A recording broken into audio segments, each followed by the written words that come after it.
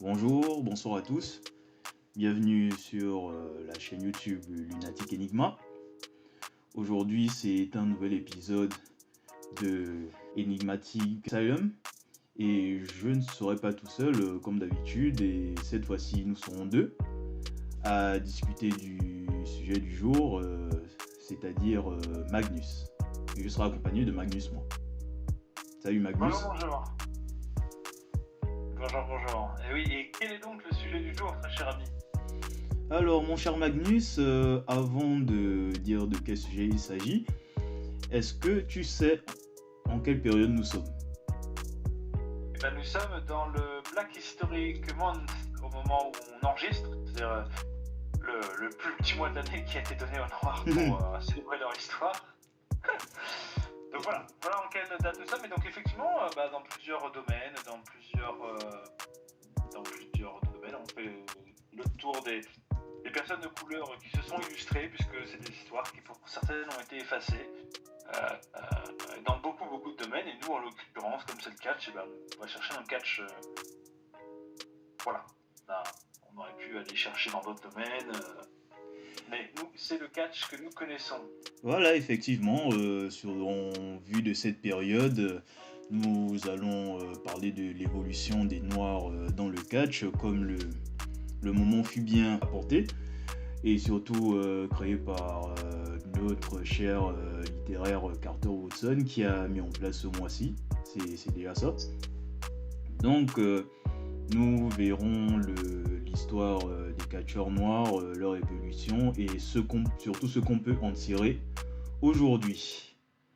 Et comme pour bien commencer, il faudrait d'abord savoir qui est le premier catcheur noir de l'histoire à avoir été sur un ring de la lutte.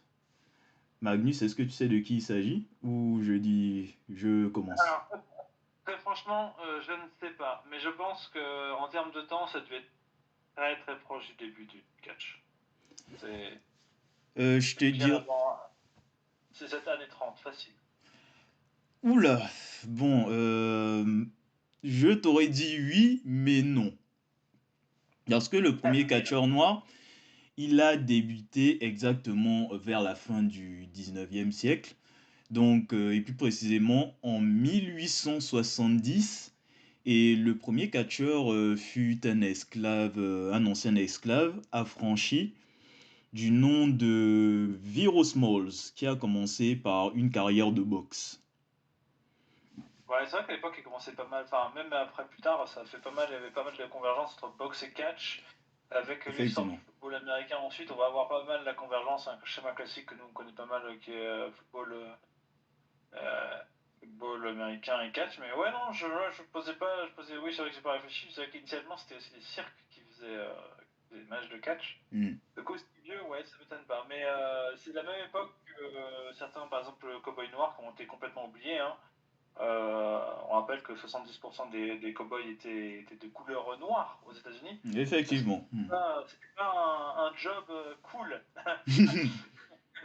contrairement à ce que montait Western. Donc, ouais, non, je me disais bien que c'était au début, mais j'ai mis le curseur très mal.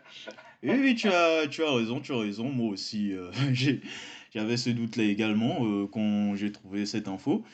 Et ce catcheur, il a, comment dire ça? Bon, je sais pas s'il a inventé, mais il a popularisé un peu le style elbow et collar. Donc, c'est un élément du style catch can qu'on connaîtra dans les années qui vont suivre. Donc, basé old school, où c'est plus de la lutte, slash, ouais, de la lutte catch, voilà. Et dans sa carrière, il a eu 63 victoires dans la discipline pour une seule défaite. Maintenant, en ce qui concerne le palmarès, j'ai pas pu trouver autre chose à son sujet, mais il a remarqué que c'est le premier monde noir de l'histoire à avoir foulé un ring de catch. C'est donc le Et premier. hmm, ensuite, on peut maintenant passer au XXe siècle, où, où nous avons, bon, le catch c'était plus de la lutte à l'époque, Donc les combats d'une heure, ben, on en avait pas mal.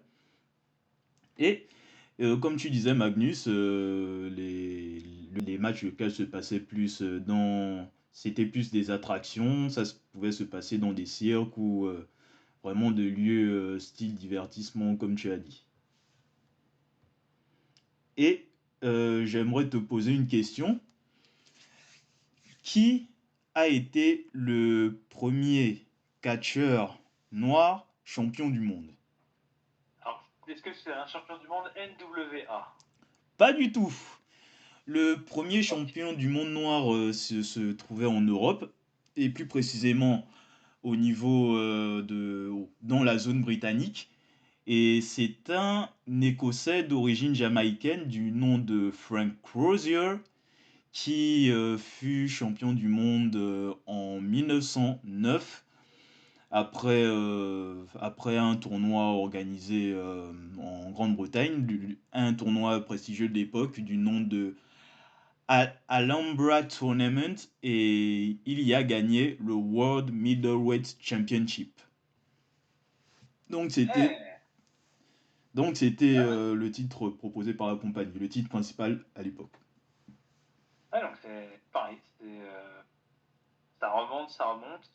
Surtout qu'en Europe, ils avaient pas, ils avaient moins de, c'était un peu bizarre, bon, plein de pays, hein, parce qu'en Belgique ça craignait, mais Mm. il y a moins de discrimination. Donc non, c'est une fois de plus, plutôt que, une fois que je pense, c'est plutôt que qu'on pouvait imaginer. En effet, en effet. Comme quoi l'Europe était assez en avance sur son temps, enfin, je sais pas si je peux dire ça, mais Ouais, pas... par exemple, en France, c'est toujours eu ce paradoxe. Bah, c'est-à-dire qu'en France, genre, quand tu étais dans les colonies, tu étais vraiment les colonies, tu vois. Donc, Ouais. vraiment, tu pas de droit.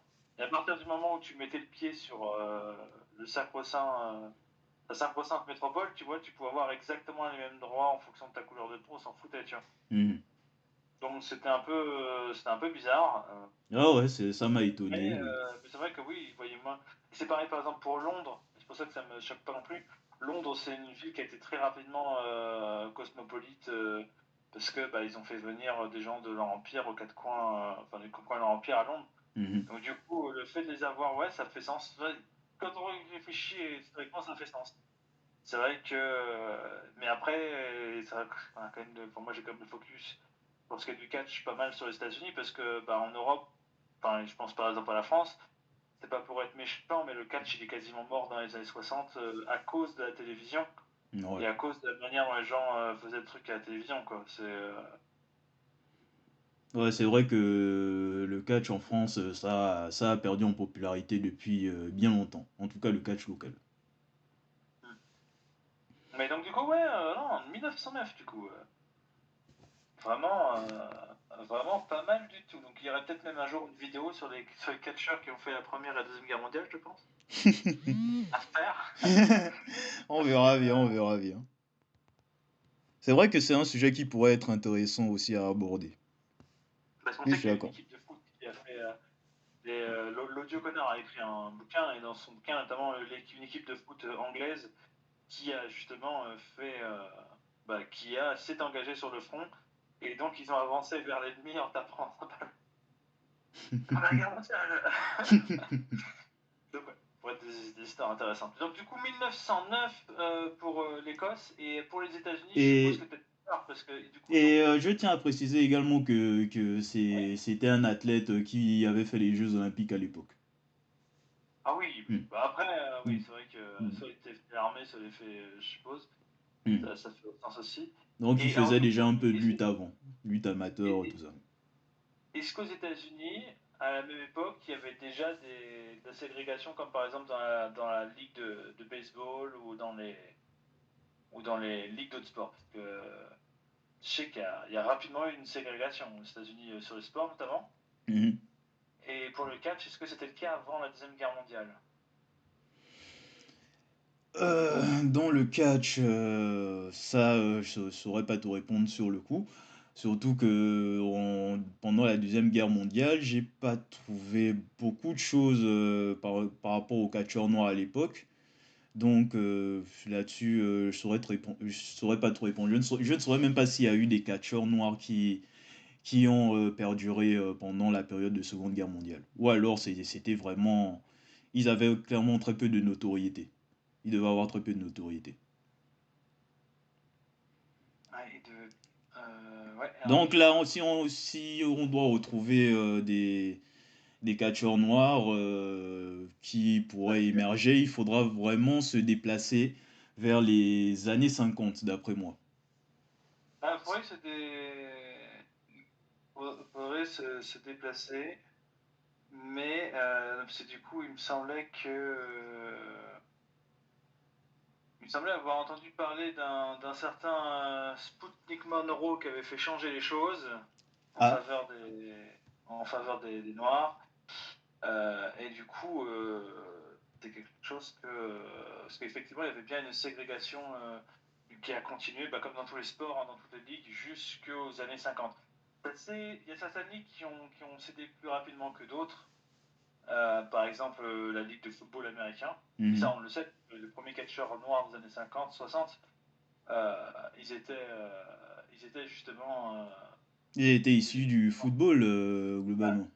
issus du football. Donc du coup, ça aide un peu. Mais c'est vrai que bah, le baseball, ça a pris plus de temps. Il y a un formidable film avec Harrison Ford, qui parle justement de cela. Et Je crois avoir voir de quel film tu parles, mais j'ai plus le nom. mais qui parlait du coup du premier avec tête noire qui voulu le prendre, et puis il y a les autres qui disaient bah moi dans ce cas-là je mettrais pas mon équipe en face. Il dit bah écoute, tu devrais expliquer à Dieu pourquoi est-ce que tu as refusé de jouer un match. Mais voilà, c'est vrai que du coup, bah, c'est vrai que du coup, moi, ce que j'ai vu, c'est que aux États-Unis, pour ça que moi, j'ai fait mon focus là-dessus pour réviser. C'est bien, hein, c'est que, bah, comme vous, j'ai appris pas mal de choses.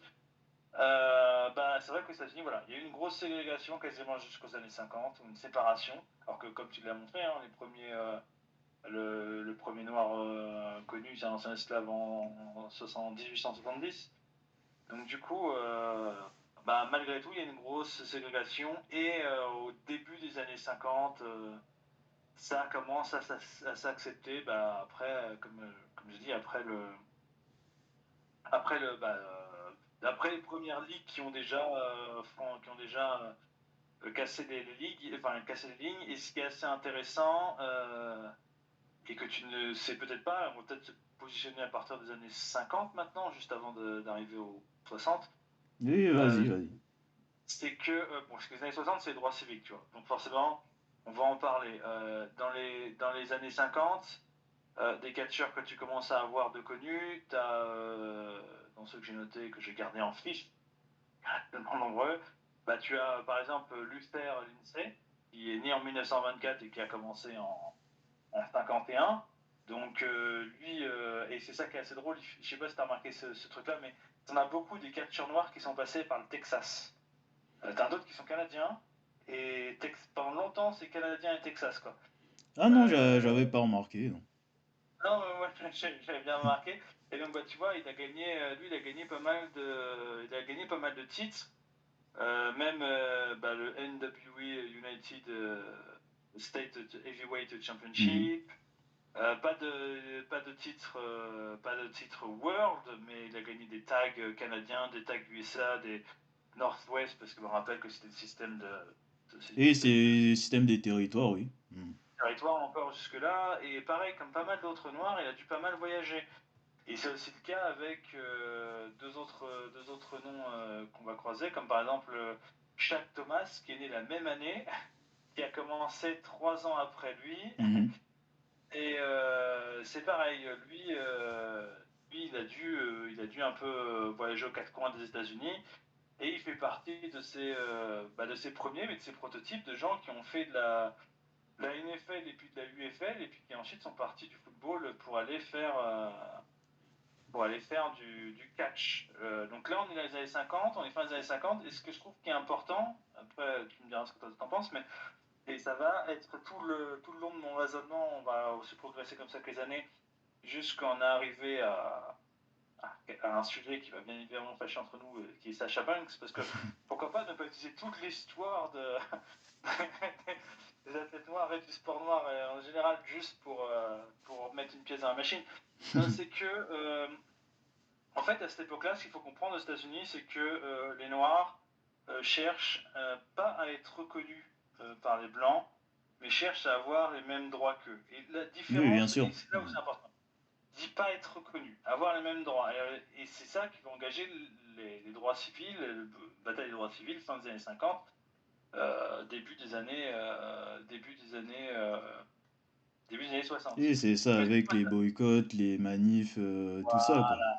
mais alors, ce qu'il faut savoir, c'est que déjà, il y a eu plusieurs choses qu'il faut savoir. C'est que déjà, il y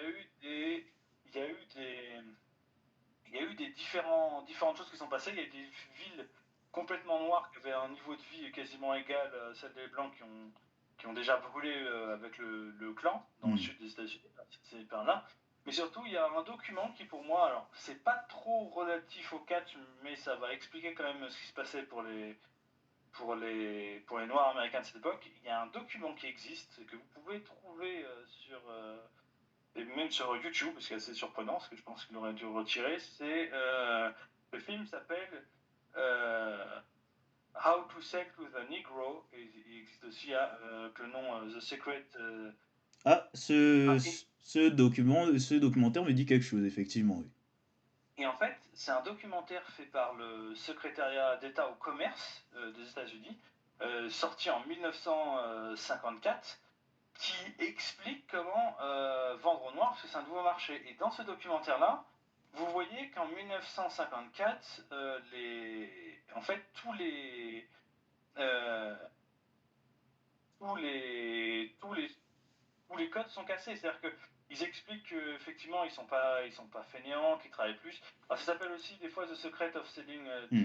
to the Negro. Il y a deux noms pour ce film. Mais en fait, ce qui se passe, c'est que ils expliquent comment atteindre ce public-là, mais surtout ils cassent toutes les statistiques.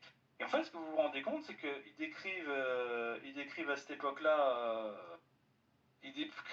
époque-là, en fait comment, c'est US Department of Commerce précisément. Hmm. C'est un secrétariat en US Department. Ok, je D'accord. note. Hmm. Et du coup, effectivement, ils écrivent. Et en fait, ce que tu te rends compte, c'est que les Noirs à cette époque-là, ils essayent par leur travail d'avoir la même chose. Ils essayent par leur travail d'avoir la même reconnaissance. Ils sont pas, je vais pas dire que c'est pas des victimes, mais là, c'est que c'est par leur travail. Et surtout, les chiffres qui sont dingues, c'est que tu apprends qu'à cette époque-là, par exemple, ils ont moins de chômage dans leur population qu'aujourd'hui. Tu Ben, apprends tu aussi à cette m'étonnes. époque-là qu'ils ont plus de patrons d'entreprises dans leur population qu'aujourd'hui, tu Ben, vois. tu m'étonnes. Donc, Eux-mêmes, ils créaient des métiers, donc normal qu'il n'y ait pas tant ce normal, problème, en fait. mais du coup, effectivement, c'est une époque où ils commencent à avoir un poids économique et une volonté d'avoir la même chose. Ce qui explique aussi, c'est que les gars, ils sont prêts à travailler un job de plus pour avoir la même chose que le blanc parce qu'ils veulent le truc, tu vois. Mhm. Et donc, en fait, à cette époque-là, après-guerre, sachant que tu commences aussi à avoir des noirs dans l'armée parce que c'est pas encore définitif si on va les intégrer ou non, mais on les a intégrés pendant la Deuxième Guerre mondiale, notamment avec les Red Tails, qui étaient les pilotes d'avions noirs américains qui dessinaient des traits rouges sous leurs ailes pour expliquer qu'ils étaient noirs. En fait, tu as une convergence de gens qui veulent prouver qu'ils sont capables de faire la même chose, d'avoir la même chose que les blancs. Et à côté de ça, tu as des blancs qui se rendent compte que c'est un marché intéressant et qu'au final, ce sont des clients comme les autres. Donc la conjoncture des deux, par exemple pour les catcheurs, justement, ce qui fait, c'est que ça commence à intéresser la NWA, comme je te l'ai dit, avec ces Mhm. deux-là, avec Luther Lindsay et puis Shaq Thomas. Et d'ailleurs, la question que je me suis toujours posée, c'est est-ce que pour chaque Gaspard, euh, c'était pas un, c'était pas un C'était hommage un clin d'œil. à Shag Thomas. Je sais pas, le Shag est trop, C'est pour trop moi, est flagrant, trop, en trop fait. lent. Oui, oui. Mais du coup, parce que bon, il est comme ça, mais c'est vrai que t'es là, t'es à une époque où les gens veulent avoir les mêmes droits, veulent faire la même chose. Et donc, ces gars nés en 1924 commencent à être des types qui sont qui commencent à être reconnus par la NWA. On leur donne des titres de tag. Alors tu me diras, en fonction des compagnies, les Mhm. titres de tag valent pas forcément grand-chose. Non, mais en fait, de ce que j'ai trouvé, je sais pas si, enfin, si tu penses la même chose, mais comme tu dis, bon, c'est une politique d'affirmation, donc que sur le plan social, la population noire défait les stats et que le catch ça suit, c'est une suite logique, bien sûr. Mais surtout, j'ai l'impression qu'au début, en fait, les promotions fonctionnait en mode que, ok, les catcheurs noirs, on va les mettre en avant, mais pas trop quand même. On va les mettre dans des matchs tags globalement, ou les faire s'affronter entre eux, ou mettre des petits matchs dans la Comme la carte, des boxe. trucs comme ça, quoi. Comme la boxe à la même époque. Comme la boxe à la même époque. Et on aime avoir, je dirais parfaitement raciste, mais j'explique ce que les gens disent, toi. Tu sais, ils aiment avoir le noir en mode, oui, le gars est monstrueux, le gars est imposant, mais pas trop quand même, tu vois. Voilà. On est un peu à cette période-là, fin 50, et donc on va arriver dans les années 60, et pour moi, un des gars qui est important dans les années 60, qui est né du coup lui en 38, donc c'est-à-dire 14 ans après les autres Gus, tu vois. Ouais. Donc quand les autres étaient au lycée, lui il venait de naître. Pour moi, c'est Ernie Ladd. Ernie Ernie Ladd. Ladd, D'accord. c'est un des gars qu'on peut d'ailleurs voir sur WWE Network, qui a Hmm. été reconnu par la WWE, Il est Hall of Fame également, non? Hall of Le Fame, c'est souvenir. ça. Hmm. D'ailleurs, il n'est même pas Hall of Fame WWE, il était WWF, tu vois, pour te dire à quel point. Ah En oui, 81, d'accord. Hmm. 95, il était acknowledge, comme ils disent des gens. Il a été aussi acknowledge en 94 par la WCW. Donc les 2 années, il a eu ses rondes serviettes, puisqu'il est mort dans les années 2000. Et en fait, bah, lui, il est un des premiers parce qu'il il a eu des gros titres. Il a commencé à avoir effectivement des gros titres et à apparaître. Son match télévisé le plus connu restera sa défaite contre André le Géant. Mais dans ce match-là, il n'est pas ridicule, quoi. Hmm. Il a vraiment été poussé en avant. Et ouais, il fait partie de ces gens, voilà, qui ont fait de la NFL, et il n'a pas fait qu'un peu, hein. Le gars, il a quand même 112 matchs, tu vois. Ah oui, donc Donc, c'est vraiment un professionnel. voilà, il fait cet archétype-là. Bah, il fait 2 mètres, mais je vous conseille de voir le match sur le WWE Network. Il fait 2 mètres, il fait l'archétype. En fait, il fait 2 mètres et 132 kilos à sa plus belle heure. Mais il fait pour moi partie de ses premières stars parce qu'effectivement, il était connu, il a fait sa carrière de foot à Chicago, mais il a grandi au Texas. Quand il a refait son catch, il est revenu au Texas aussi. Il y a encore le Et en Texas, fait, oui. Hmm. voilà, c'est pour ça que quand on a 4 ou 5 comme ça des gars, il y a un truc là. Et ça Et, continue, hein. et en fait, bah, tu sais, c'est aussi là où il y avait, tu sais, si tu veux, le plus de cavaliers noirs aux États-Unis, ils sont au Texas et ensuite en Californie. Donc, pour moi, c'est logique, c'est la suite du Cowboy. Et effectivement, pour moi, il fait partie de ces gens-là qui, dans les années 60, commencent encore à s'affirmer et à casser les rôles. Tout simplement parce qu'il a eu sa carrière de footballeur depuis les années 60 et fin des années 60. Il fait sa reconversion il a un nom qui s'est fait dans son football. Il a un adversaire qui est André le Géant. Il a quand même challengé Bruno Sammartino, le bonhomme. Ah oui, quand même. Sacré morceau. Oui, tu sais, c'est pas. C'est pour ça que pour moi, c'est un des premiers. C'est un des premiers à vraiment avoir percé, quoi. Voilà. Et son dernier match, c'était en 88. Il a fait partie d'un Battle Royale dans un WWF House Show. Ah oui, Et oh, voilà. chaud. Ah ouais, d'accord. Donc pour moi, tu vois, il fait partie de cette génération-là. Née avant la guerre, mais qui ont commencé à s'affirmer.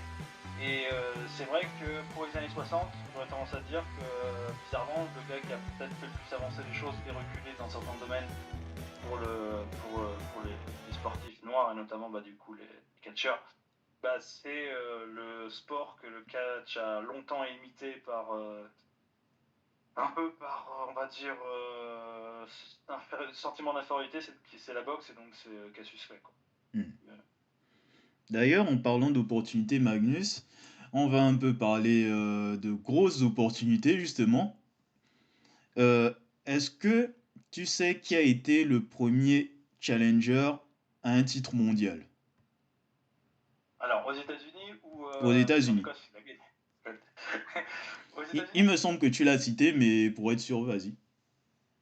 Aux États-Unis, c'est pas. Bah, Challenger, c'est peut-être. Bah, Ernie Ladd l'a forcément été, mais c'est pas forcément lui. Je dirais soit C'est pas Shane lui. Thomas, soit Luther Lindsay, quoi. Ah, c'est aucun des deux. Euh, c'est un certain Sweet Daddy Siki. Donc, c'est justement, il a un background sportif également, comme tu l'as énoncé il y a quelques minutes. Et en plus de ça, c'était également un ancien artiste, donc DJ, musicien, ce que tu veux. Et justement, il s'est inspiré de cette mode de vie. C'est un Canadien aussi au passage. Il s'est inspiré de ce mode de vie pour en faire une gimmick. Donc, c'était clairement le mec qui faisait partie des mecs il faisait partie en fait des premières gimmicks du catch, si tu veux, à défaut d'être le premier.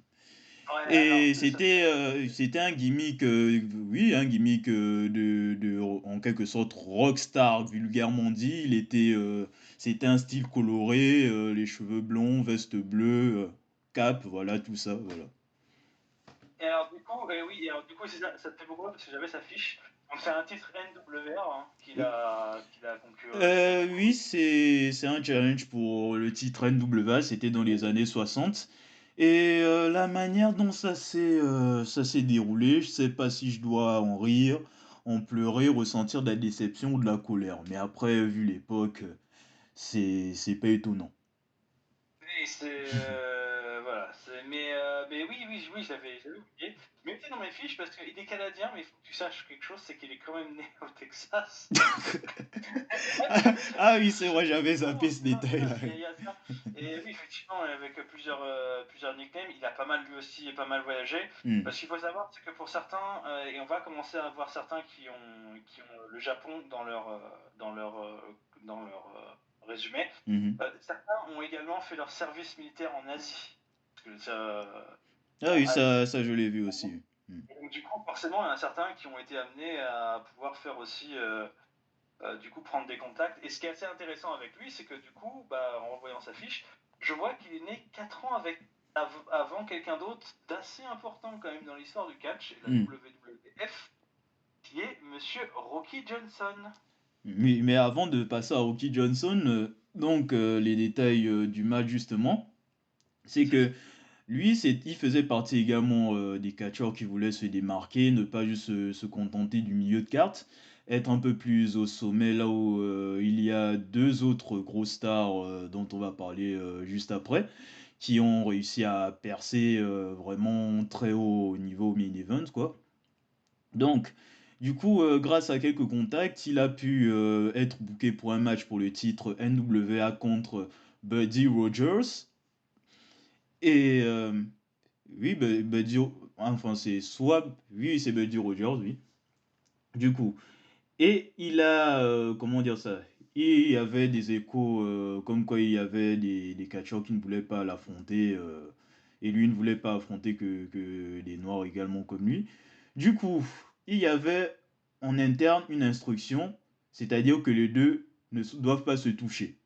En gros, il ne faut pas qu'il y ait de contact physique au risque de blesser l'autre. Donc, que ça soit de l'entourage de l'entourage de Sweet Daddy Siki ou du côté de Buddy Rogers. Et le match se déroule comme ceci. Rapidement, il y a un coup de pied qui est parti, de quel côté, je sais plus exactement. Et il y a toute une armée de mecs du Ku Klux Klan qui envahissent les rings. Donc, ils entourent le ring pour voir, bon, naturellement, c'est pour voir le spectacle de plus près, n'est-ce pas, Magnus? On ne peut pas bien imaginer que sûr. ça Ah puisse oui, mal finir, c'est voilà. l'équipe Kinland, bien évidemment. Donc voilà, ils attendaient, mais finalement, pour des mesures de par mesure de sécurité, ben, Big Daddy, s'est barré du ring, pour éviter le grabuge, en fait, pour éviter qu'il y ait une catastrophe. Du coup, le match a été rapidement arrêté et c'est bien dommage et c'est triste et c'est pitoyable. Voilà. Ouais, c'est bien. Putain, ben après, c'est ce qui est dommage aussi pour lui, c'est que oui, l'un des rares, l'un des rares titres qu'il a gagné du coup en championnat du monde, c'est le. Et on voit encore cette séparation qui existe encore à cette époque-là, même si, comme je dis, d'autres ligues l'ont montré, c'est le World Negro Heavyweight Championship qu'il aurait gagné du coup une fois. Mais du coup, les années 60, bah oui, c'est vrai que pour les Noirs américains, ils sont passés du fait de d'avoir presque de meilleures stats, on va dire professionnellement, que les Blancs, et à chercher effectivement cette reconnaissance. Au-delà des reconnaissances qu'ils vont avoir dans plusieurs domaines, que ce soit le catch, c'est pour ça que je parlais de Rocky Johnson, parce que lui, par rapport à Sweet Daddy Seki, il va avoir la chance de travailler dans des endroits où il va pouvoir en avoir, et où ce sera un peu moins dangereux, d'endroits où Ouais. le colon n'existe pas, de préférence aussi. Comme je dis, pas mal de titres encore au Texas.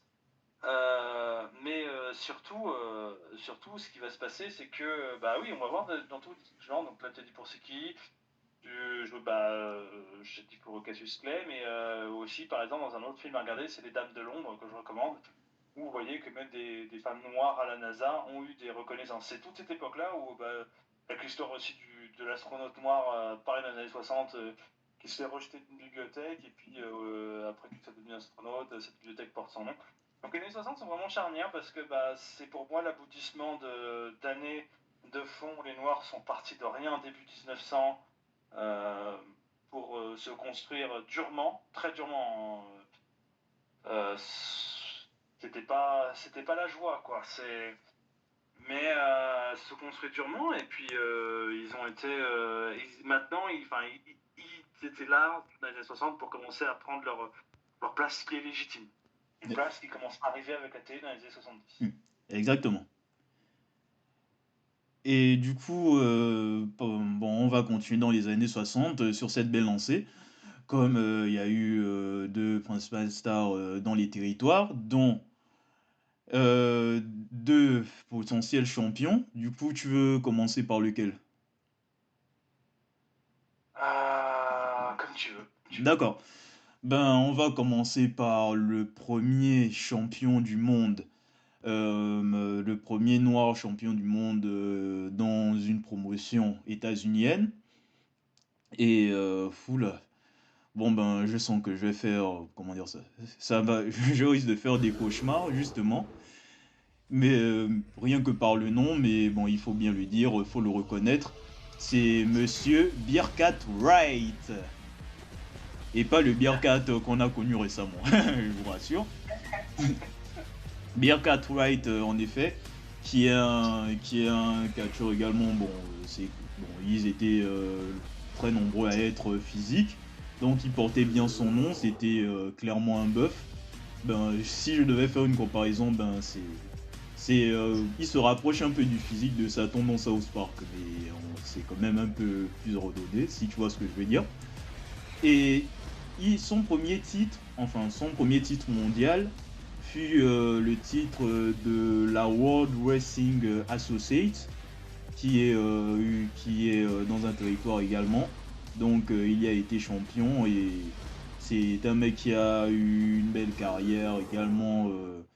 Bon, généralement, il jouait plus de 100 ans que il et il a eu quelques adversaires divers et variés. Et dont sa carrière s'est arrêtée dans les environs des années 70. Je te prie de me corriger et pour nos auditeurs également. Donc, C'est le cas, c'est le cas. Mais ce qui est étonnant avec lui, effectivement, c'est que du coup, oui, il a laissé une marque assez importante. C'est pour ça qu'on parle souvent de Beer Kate. Il est plus vieux que, par exemple, Ernie, dont j'ai parlé tout à l'heure, ou même que Sweet Daddy, ou même que Rocky Johnson. Et c'est ça qui est assez étonnant, c'est que lui, il a eu quand même une longévité pour l'époque, quoi. oh. Il est né en 1932 est mort à 50 ans seulement en Ouais, il est 82. mort assez jeune, oui, Pourtant- effectivement. et pourtant, de 52 à 70, il a catché le bonhomme. Ouais. Il a fait vraiment 23 ans, et effectivement, bon, alors, on voit qu'il y a un gimmick qui a changé avec l'époque à un moment, parce que c'est Pierre Cartwright Jr., ou alors The Black Panther. Le physique du Panther, t'as raison, c'est vraiment il a vraiment le physique de Satan dans South Park. Mais effectivement, c'est vrai que bah, c'est lui le premier à avoir cassé le plafond, puisque c'est un World Heavyweight Championship qui est non discriminant. Il n'y a pas devant votre couleur de peau ou votre origine qui Et- diminue le titre. Et, Effectivement. euh, et d'ailleurs, on parlait de Shaq Thomas, mais il a effectivement eu des titres de tag avec Shaq Thomas. Ah oui, c'est une info bonne à prendre, oui. Voilà. Et pour passer à la deuxième star, vraiment, lui, c'est carrément la star, la afro-américaine, enfin afro-américaine, américaine la plus connue. Donc, clairement, au fil des années. Et le monsieur, il est également officiellement, enfin de base, il était connu en tant que Boubou Brasil, mais dû à des erreurs comment dire ça, des erreurs d'orthographe d'un des promoteurs, il est devenu Bobo Brasil. Et Oui. aussi qui a eu un gros bébé, qui a eu une grosse carrière. Et qui a Et beaucoup joué contre lui, hein. hmm, Et contre le précédent. Il a pas mal, s'est pas mal battu contre Berkat, et avec Berkat, et aussi avec Luther Lindsay qui avait aussi fait un tag le Hawaii, c'est pour ça qu'ils ont un peu bougé, le Hawaii Championship avec le précédent. Donc ouais, Bobo Brasil, effectivement, une belle carrière aussi. et il a eu quelques matchs vraiment plutôt intéressants pour l'époque. Et ça tombe bien que tu parles de voyager. J'ai vu un match vraiment qui m'a estomaqué contre un certain Antonio Inoue au Japon. Et c'était vraiment quelque chose. Et avant de continuer sur Bobo Brasil, j'aimerais te poser une question, Magnus, parce que c'est un ressentiment personnel que j'ai, mais j'ai l'impression que les catcheurs noirs, ils ont un peu, j'ai l'impression qu'ils sont à l'origine du style de catch hybride, c'est-à-dire rude, mais rude pour leur physique, mais assez technique, mais aussi agile au vu de leur côté athlétique. Je suis complètement d'accord. Soit ils l'ont inventé ou alors ils ont popularisé ce style. C'est soit l'un soit l'autre. Je pense qu'il y a un peu des deux. Après, ce qu'il faut savoir, c'est qu'il y a pas mal de. Il y a pas. Sinon, il y a aussi pas mal d'influence de la Nouvelle-Orléans, et les créoles avaient presque leurs arts martiaux. Et il y a aussi le fait que c'est pas. Ils sont. Enfin, on revient sur le contexte de l'époque, quand on parlait de ils ont voulu être meilleurs partout. Donc, tu veux être meilleur partout, il faut trouver quelque chose pour te démarquer, tu vois. Ouais. Pour briller, parce que c'est vrai que quand tu es blanc, en fait, si t'es bon que dans un style, on va pouvoir te mettre dans un style. Je pense qu'à l'époque, c'était les noirs qui n'avaient pas le choix. Donc, du coup, pour moi, vous êtes trompé, mais ils sont à l'origine d'un style hybride, parce que pour manger, ils avaient besoin de savoir tout faire, quoi. Et pour en revenir à Bobo Créole, Bobo Brasil, Bobo Brasil, ce qu'il faut savoir, c'est que il est considéré comme le mentor de Robbie Johnson. D'accord. D'accord. Ah oui, donc lui, il a en quelque sorte été le précurseur de la création de plusieurs générations d'une même dynastie de légendes en fait. Il a fait partie de ces. Et du coup, ça c'est drôle, hein, parce que franchement, oui, quand j'ai appris mes notes tout au long de la semaine, j'ai pas fait les différents liens, mais c'est vrai que bah, du coup, quand même avec trois gars qui sont nés en 1924. Du coup, Luther Lindsay, Shaq Thomas et puis Bobo Brazil qui ont genre révolutionné les années 50 avec Pierre Cat qui est né en 32, donc genre 8 ans après quoi seulement. Donc ces quatre là, si tu vois, si je devais donner 4 Horseman Black, 4 Black Horseman, bah je les donnerais à ces quatre là, hein, parce qu'ils Ah ont oui, une il influence, méritait, hein. sur tout le monde. Et ils ont un héritage qui a pu continuer. Ils ont ouvert des portes aux gens, ils ont été bien, bien braves. Et, et franchement, c'est bien. Et d'ailleurs, au Brésil, il y a aussi, je viens de le revoir en relisant mes fiches, parce que du coup, j'ai aussi vu dans ma fiche, mais Je ne sais pas si c'est ce que tu il a vas aussi dire. entraîné Ernie Ladd, que je parlais tout Ah à oui, l'heure. d'accord. Hmm. Ah, d'accord, oui, donc. Ah oui, ça fait beaucoup sur son CV là. En Il a plus, une petite influence, hmm, seulement. vraiment. En plus de manquer d'avoir été champion du monde assez tôt dans sa carrière, donc champion du monde NWA, il aurait pu être le premier d'ailleurs, il aurait dû l'être, mais le truc c'est que le problème c'est en fait qu'il y a eu un problème de booking, ou bon, est-ce que le booking existait à l'époque? Oui, mais est-ce que autant, je pense pas. Mais il aurait dû être champion du monde NWA, il a battu Buddy Rogers, mais de ce que j'ai vu, c'est un coup mal placé qui a fait que qu'il ne fut plus champion. Donc par rapport à ce que j'ai trouvé, j'ai eu deux scénarios. Soit lui-même, il a refusé d'être champion parce qu'il a failli blesser Buddy Rogers, donc il a refusé le titre. Soit l'institution en question n'a pas voulu de lui champion parce qu'il a failli blesser en quelque sorte celui qui ramenait, qui remplissait les salles à l'époque, en fait. Et d'ailleurs, Buddy Rogers lui-même, il n'était pas contre que Bobo devienne champion du monde, et c'est assez dommage. Mais bon, rien n'a empêché de poursuivre sa legacy par rapport à ce que tu as dit précédemment et ainsi inscrire sa légende en étant pratiquement le premier catcheur noir, la première grosse célébrité dans le catch américain. Ça ne l'a pas empêché du tout. Et donc, du coup, ouais, des années 60, charnière, comme on a pu le voir, Hmm. euh, où certains ont commencé, mais n'écloseront que dans les 70. Hein. De toute façon, c'est un sport qui est assez long, hein, quand on voit les carrières de certains, bizarrement.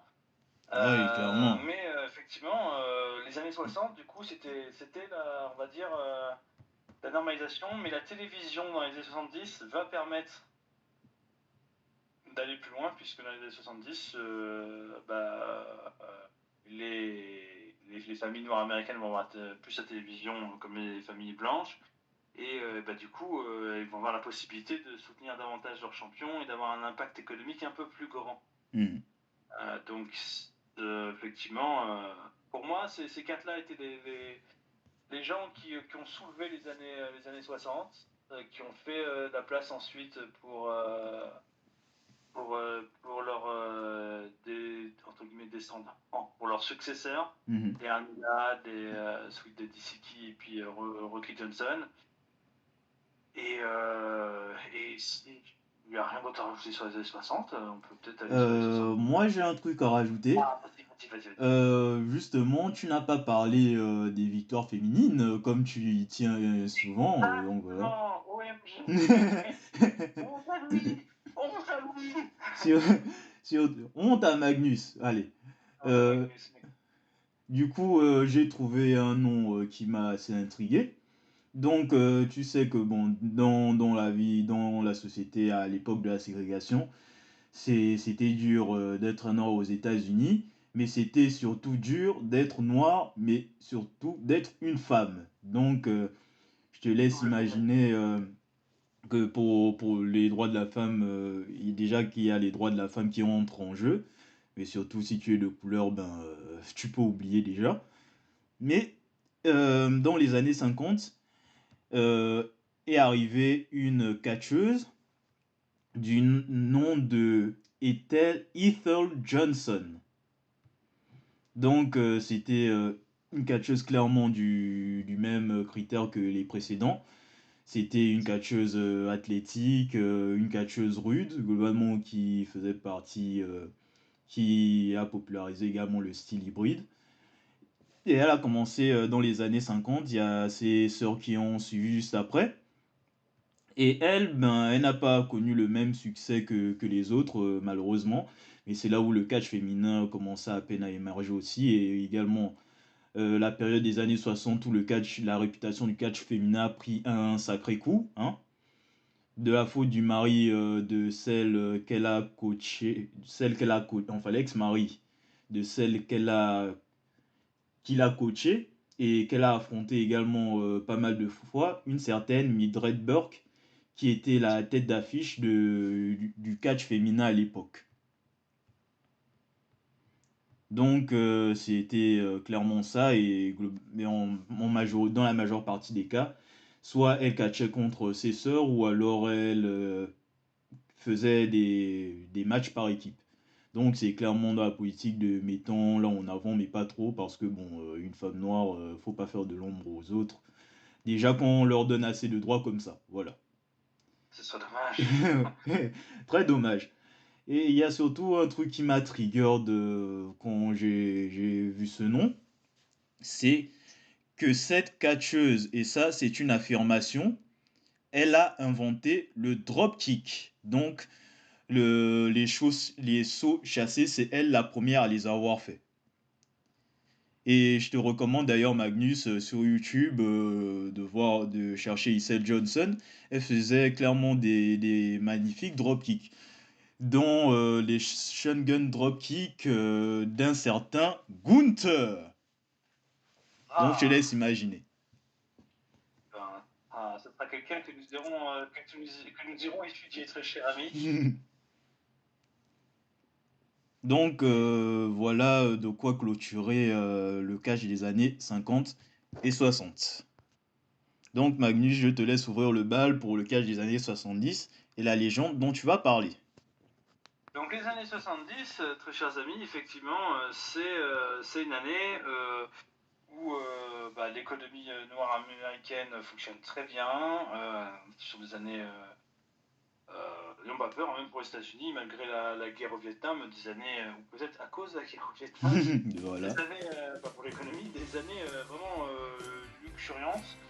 Et bah, les enfants des gens qui ont pas mal enduré dans les années 50 veulent découvrir simplement tout et puis maintenant veulent s'affirmer eux-mêmes. C'est comme ça qu'on va avoir bah, culturellement des trucs qui sont intéressants, du genre bah, des Noirs américains qui vont aller regarder des films dans les différentes villes qui possèdent des quartiers de Chinatown là-bas, parce que bah, les films de Hong Kong, ça leur parle à eux, ou de Taïwan bizarrement, parce que oui, c'est des films qui généralement racontent l'histoire de gens qui peuvent pas aller dans des magasins interdits aux Chinois parce que les Japonais occupent, ou la fameuse, par exemple, la fameuse Sensible Man aujourd'hui est une adaptation d'un film classique comme ça.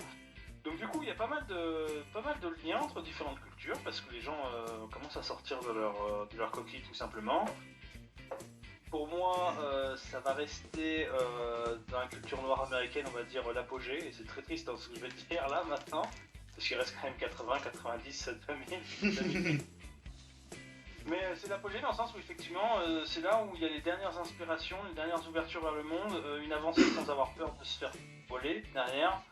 Bah, l'arrivée de gens qui vont durer pendant des années, certes, mais qui vont effectivement avoir un impact fou, tout simplement. Alors du coup, je vais me racheter immédiatement, tu vois. Rachète-toi, vas-y. Non, mais c'est que effectivement, c'est dans ces années-là que va grandir, par exemple, une de mes catcheuses noires préférées, qui est bien évidemment Jacqueline. Elle ne commencera Ah, pas dans les années 70, puisqu'elle commencera tard. ah oui, très tard. Elle est née en 64, elle a commencé en 88. Donc tard, une nouvelle fois quelqu'un qui vient de Texas, mais Iha! effectivement, effectivement, c'est une époque où on va pouvoir voir, et même en tant que noir américain, on va pouvoir voir à la télévision vos catcheurs. C'est là où on va voir les premiers matchs de catch vraiment à la télévision. Et donc c'est là où des gens, comme on a dit pour Ernie Ladd par exemple, commencent à briller. Donc les matchs contre André le Géant, c'est ça, c'est ces années-là. C'est les années 70. C'est là où effectivement Rocky Johnson va pouvoir commencer lui-même à briller. Rocky Johnson si je ne dis pas de bêtises, est-ce que lui il a directement commencé? Oui, il a directement commencé. Il a pas fait comme son fils. Il a fait comme Qui a fait le football avant de se mettre au catch. voilà. Et lui, ce qui est drôle aussi, c'est qu'en plus de tous ses entraîneurs dont on a dit tout, de ses mentors, il a aussi été au départ, il a une formation de boxeur. Il a été le partenaire d'entraînement de Cassius Clay. Donc, donc voilà, le type est pas un manchot, mais c'est aussi dans ces années-là où vraiment lui ça explose quoi. C'est là où il est encore à la National Wrestling Alliance, mais il a son nom. Malheureusement, il n'aura pas forcément pour diverses raisons, pas forcément le succès qu'ont eu d'autres. Il n'aura pas forcément des titres internationaux solo. Il aura eu des titres heavyweight un peu partout aux quatre coins de la planète. Donc est-ce que ça compte un peu? Je ne sais pas. Ah, et ça a quand même une certaine valeur, hein, quelque part, Voilà, sur le plan mondial. Maintenant, aux États-Unis, je sais pas, j'en sais pas plus. Il a eu un titre avec aussi Tony Atlas, qui pareil. C'est NWA, WWF ou les deux? WWF, il l'a eu avec. Je sais pas s'il en a eu en NWA, je suis pas certain. Ah, donc dans ce cas, ce furent les premiers champions à la WWF tout court, si je comprends bien. Ah lui, Après WWF, c'était un peu les débuts quand même, non? Ah oui, WWF, il était au début de la WWF, quand ils ont retiré un W. Mais voilà, oui, c'est sa fin de carrière, et malgré tout, quand vous voyez son match fin de carrière, pour un type qui est en fin de carrière, 85, et on rappelle, il est né en 44, donc 85, il est né en 44, il a 41 balais. 41 balais, j'aimerais être aussi bien conservé que lui. Hein. Ah oui, clairement.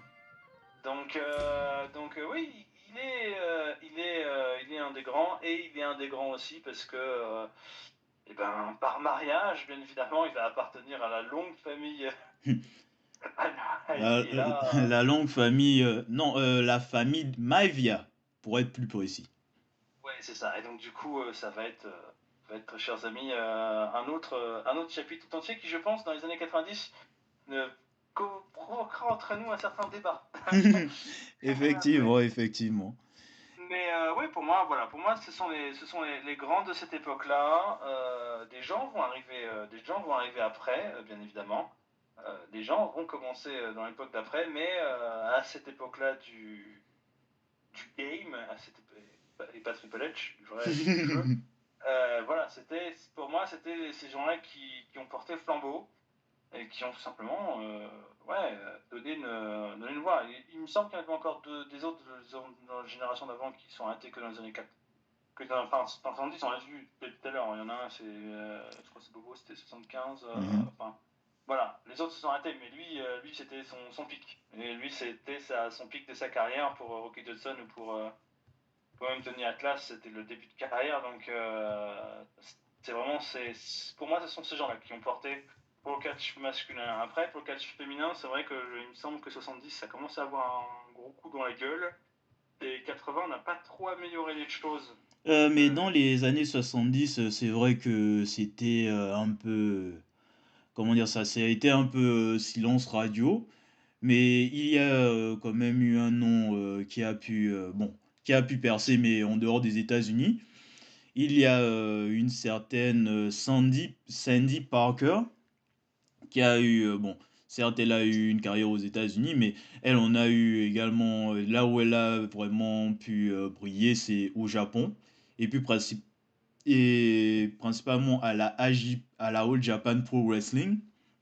Donc, où elle affrontait la plupart des légendes du Joshi, telles que Miyoko Oshino, qui fut la championne mondiale que d'ailleurs elle va battre pour devenir la première noire à être championne du monde, tout court. Donc Alors, ce fut la c'est première. assez drôle parce qu'à cette époque, moi je pense à Cynthia Peretti, qui est qui elle catchait sous le nom de Princesse Jasmine Mhm, et qui du coup elle a fait sa carrière dans ces eaux-là, début 68, fin 86-7.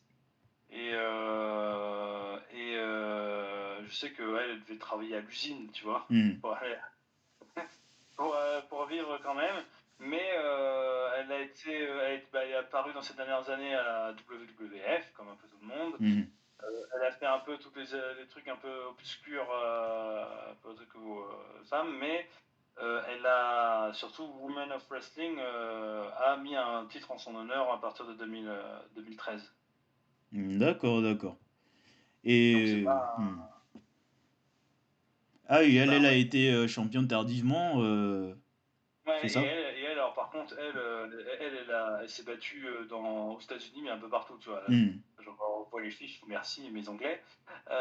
Canada, Japon, Philippines, enfin, Caraïbes, Afrique, Corée. Ah oui, c'est vraiment partout, partout, Bah, elle cherchait l'argent partout. hein. Ah oui, après il faut, hein, surtout ça permet de gagner en expérience et en skills. Oui, c'est pareil, ça veut dire la même chose, bref. Et ensuite, concerne Sandy Parker, ben, elle a commencé le catch au début des années 70, donc il lui a fallu 3 ans pour être championne. Et elle a eu une carrière de 15 ans, à peu près, dans ces eaux-là. Elle a arrêté sa carrière en 1986 aux États-Unis. Donc, voilà. Elle a fini aussi à la WWF Hmm. par hasard. Est-ce qu'ils n'auraient pas récupéré tous les pré-retraités à cette époque-là? Ah C'est oui, intéressant. ça devait être certainement le cas, en effet. Il était sur le chemin de la gloire avant que la WCW se mette temporairement sur son chemin, Mister Daddy Vince. Hmm. Mais ouais, pour moi, c'est une époque vraiment, c'est une époque riche, culturellement, le funk, Hmm. génial, le disco aussi. Ah oui, c'était une Et époque vraiment très diverse dans la pop culture en général. voilà, dans la pop culture, ça s'est ouvert un peu plus. Alors, certains vont gueuler parce qu'effectivement, il y avait les quotas qui ont été rajoutés en plus à la télévision américaine. Mais ce que je veux dire, c'est que oui, ça a ouvert du business à tout le monde et puis ça a vraiment, même pour le catch, justement, permis à ces personnes-là d'exister et d'arriver après. Et c'est là où je dis que c'était la meilleure année. Faut savoir, c'est que les gens qui ont plus que le simple besoin de travailler et de manger ou développent éventuellement des aspirations. Et ce qui a été longtemps une théorie complotiste, bien sûr, mais qui, en fait, avec les premiers documents qui commencent à lâcher, la CIA commence à être de plus en plus vraie, et Mhm. c'est pas la première fois qu'elle est fait. Effectivement, par peur d'une insurrection communiste parmi les populations noires américaines et par attrait, c'est-à-dire financer avec de l'argent intraçable des opérations criminelles, la CIA s'est amusée à distribuer dans les quartiers des populations défavorisées de la drogue. Et en fait, ça commence à arriver. Et la naissance de ce que je vais appeler les bas quartiers, voilà, les ghettos, tout ça. Voilà, voilà. Donc du Hmm. coup, c'est pour ça que j'expliquais dans les années, comme je dis, si on revient à ce que je disais tout à l'heure, on a d'un côté, effectivement, le département du commerce qui dans les années 50, en 54, va faire un film pour expliquer comment démarcher les Noirs américains. On vous explique qu'ils ont des meilleurs stats que les Blancs, mais même qu'aujourd'hui les Noirs. Et en fait, vous vous rendez compte comment ça s'est cassé la gueule. Et il y a vraiment eu un truc. Pour ceux qui ont doute, dites-vous bien que Tupac, qui est donc un rappeur, bien fin 80, début 90, avait sa carte au Parti communiste américain. Ah oui, Donc, ah oui, tu m'apprends un truc là, comme aux donc, je veux dire, auditeurs là. et c'est des Tchads, quoi. Donc, non, ce que je veux dire, c'est que du coup, voilà. Donc, il y a vraiment une peur. C'était un peu sous Nixon, mais ça s'est bien concentré dans les années 80 sous Reagan. Et donc, effectivement, oh là là, que se passe-t-il si jamais on devient un pays socialiste? Le bras de fer avec l'URSS n'est pas encore terminé. Si vous doutez que ce bail existe vraiment, comme je dis, il y a des documents qui commencent à être lâchés, mais surtout, je vous conseille de regarder les autres opérations de la CIA qu'on sait qui ont été relâchées, par exemple, comme la stérilisation en masse à Porto Rico dans les années 50, parce que why not? Aïe. Et puis aussi toute la gestion de la baie des cochons, hein, parce que why not? Ou encore la gestion des ventes d'armes. Il y a un film avec Tom Cruise d'ailleurs là-dessus, qui vous explique comment est-ce que pour vendre des armes, pour faire les insurrections en Iran, tout simplement la CIA aidait les narcotrafiquants à faire passer de la cocaïne en échange de leurs dîmes, quoi. Hmm. Donc voilà. Et pour moi, ça marque un truc parce qu'effectivement, ils ont attaqué des populations qui étaient faibles pour certaines. Et d'un point de vue culturel et économique, ça marque un peu pour moi un début de déclin, même si les années 80 sont des années exceptionnelles, puisque c'est les années du câble. Et donc, Oui, les années... justement Magnus, on va on va conclure cette première partie, vu que Oui, là on a atteint un peu la limite de temps. Du coup, pendant le catch afro des années 50 jusqu'aux années 70, on peut même aller plus loin, a connu une belle évolution, tout d'abord à travers la rareté en fait de ces catcheurs en question, dû aux contextes raciaux qu'on connaît, aux contextes raciaux, la guerre et ainsi que la ségrégation, jusqu'à à ce que les talents s'affirment, mais c'est surtout en passant par ceux qui sortent d'un background sportif et une détermination d'être confirmé, enfin de s'imposer au niveau, de la population caucasienne. Et également, ils en ont profité pour connaître une certaine popularité, menant à une diversité dans le catch qui était plus flagrante à la fin des années 60 et tout au long des années 70. Et il y aura eu une continuité également dans les années 80 jusqu'à aujourd'hui, où ça a connu des hauts et des bas, mais ça c'est plus sur d'autres plans. Du coup, chers auditeurs, je vous remercie d'avoir écouté ce podcast. Une deuxième partie devra arriver, donc en fonction des retours, on sortira cette partie le plus vite possible. Et en attendant, nous vous invitons à liker, partager, commenter par rapport à ce que vous avez pensé déjà de ce qu'on vous a raconté jusqu'à présent. Et également, si vous avez des informations complémentaires, histoire d'apporter plus de science à ce sujet. Et on se retrouve pour une prochaine vidéo le plus vite possible, j'espère, pour bien clôturer la Black History Month. Et à bon attendeur, salut! Merci. Salut.